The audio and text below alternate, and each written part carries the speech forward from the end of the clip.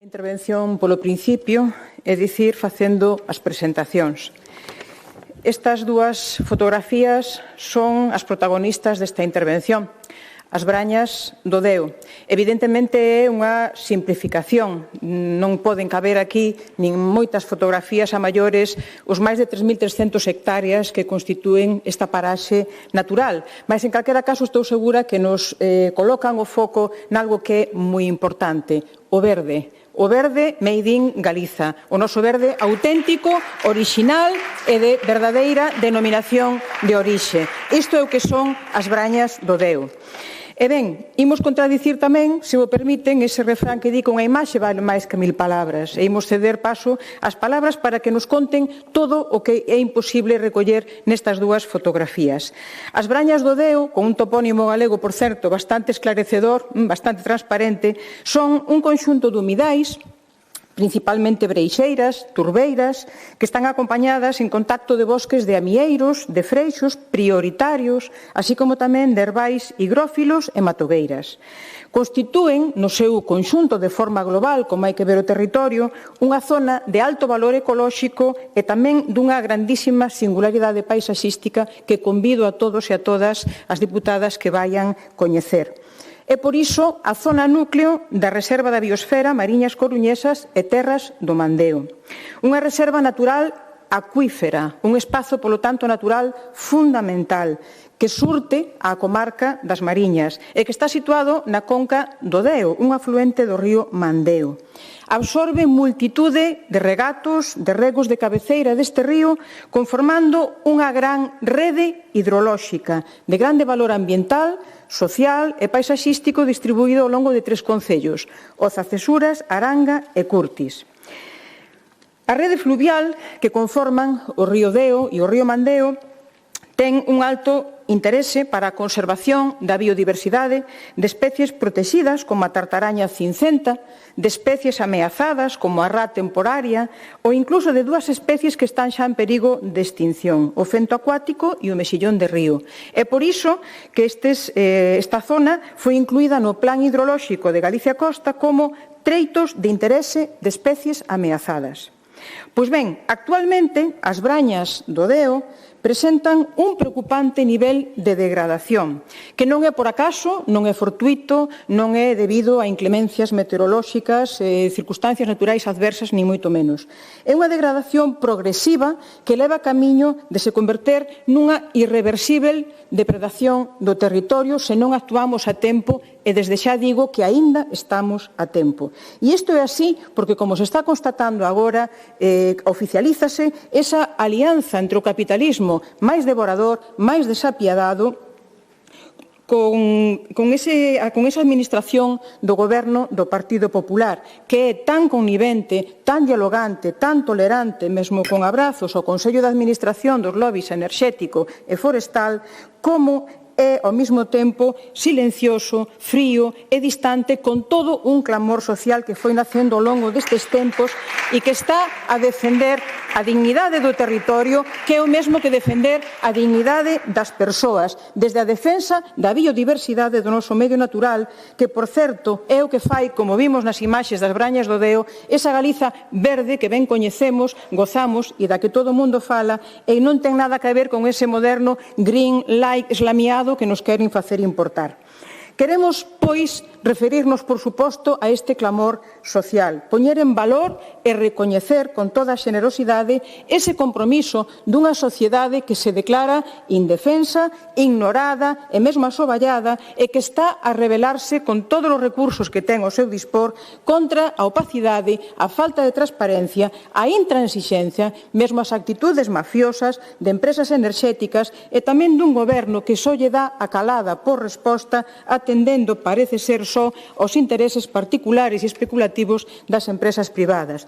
E é por iso que hoxe queremos singularizar este recoñecemento en representantes de diferentes plataformas que nos acompañan neste hemiciclo. A Plataforma Veciñal Aire Limpo nas Mariñas, Mandeo. A Plataforma Veciñal Alegre. A plataforma veciñal Moncero di non aos macroeólicos. SOS Patrimonio Monte do Gato Seselle, Fundación Fragas do Mandeo de Custodia do Territorio e a Sociedade Galega de Historia Natural das Mariñas. Grazas, dámosvos as grazas de corazón por defender este territorio, por defender a comarca, por aprendernos a grandeza do Monte do Gato, que eu recoñezo que descoñecía, por demostrar a importancia do patrimonio cultural que o acolle, como esa necrópole megalítica e esa torre Teodomiro declarada Vic, a quen tivemos que facer protagonistas grazas a vos nesta Cámara para protexelos da frivolidade, do distanciamento dun goberno que non quere estar á altura nin presente para defender o noso patrimonio cultural e natural, mas sí que parece que quere asistir ou asinar a súa acta de defunción facendo ollos cegos ante o espolio forestal e eólico. De verdade, actuar como facedes todas e todos vós en defensa do medio natural é actuar en defensa tamén das persoas. Ese é o concepto de veciñanza e irmandade que sempre o pobo galego practicou, que por suposto no BNG apoiamos e que tamén asistimos moitas veces neste hemiciclo con tristeza a certa criminalización por parte do Partido Popular. Porque do que estamos a falar efectivamente é do espolio forestal e eólico. Estas son as ameazas para as brañas do Deo. Actualmente, a inmensa maioría do territorio que ocupan as brañas do Deo, máis deses 3.300 hectáreas, constitúen un territorio ameazado. Vense ameazados pola tramitación de 6 parques eólicos, realmente un grandísimo macroparque. 10 aeroxeradores do Parque da Fontella están integrados directamente nesta zona, nesta reserva natural. O Parque Penasboas afecta tamén as brañas do Deo e o Parque Eólico do Gato tamén, ben sexa con aeroxeradores, ben sexan con viais agresivos de acceso ou ben sexa con gabias de electrificación que condenan a sequía máis absoluta a unha zona que é un recurso hídrico tan importante como este. Mas tamén é certo, como non podía faltar unha hectárea galega sen a raíña da coroa, as brañas do Deo están ameazadas por un proxecto privado de plantación de eucalipto presentado casualmente apenas 24 horas antes do inicio da moratoria de plantación desta especie invasora. Infelices casualidades que se producen. Como chegamos até aquí? É a pregunta, con esta riqueza do noso medio, como chegamos a este nivel de agresión? Pois evidentemente só se pode explicar desde unha política de desidia e de abandono medioambiental do Partido Popular nos 12 anos que leva gobernando con maioría absoluta. Polo tanto, onde puido ter actuado para protexer esta zona e non o fixo. Con que fin logo non o fixo? Pois creo que neste momento a realidade nos está dando ou confirmando as claves que sospeitábamos para favorecer a especulación dos intereses privados e agora comprobamos que con auténtica premeditación e alevosía. E como se demostra isto? Pois nun breve repaso memorístico no escaso tempo do que dispoño. As brañas do Deo fan parte como LIC, como lugar de interese comunitario, dunha área que xa foi proposta para a ampliación da Rede Natura en 2008 e máis tarde en 2011, tal e como demanda a Unión Europea, que continuamente está recordando que Galiza, con un 12% de territorio protegido en Rede Natura, é absolutamente insuficiente cando a media debería de ser do 28%. En 12 anos, polo tanto, o Partido Popular non protexeu, non quixo protexer as brañas do Deo, incorporándoas, aprobando, polo tanto, esa ampliación da Rede Natura. É dicir, as brañas do Deo, o Goberno deixounas completamente desamparadas e desprotexidas.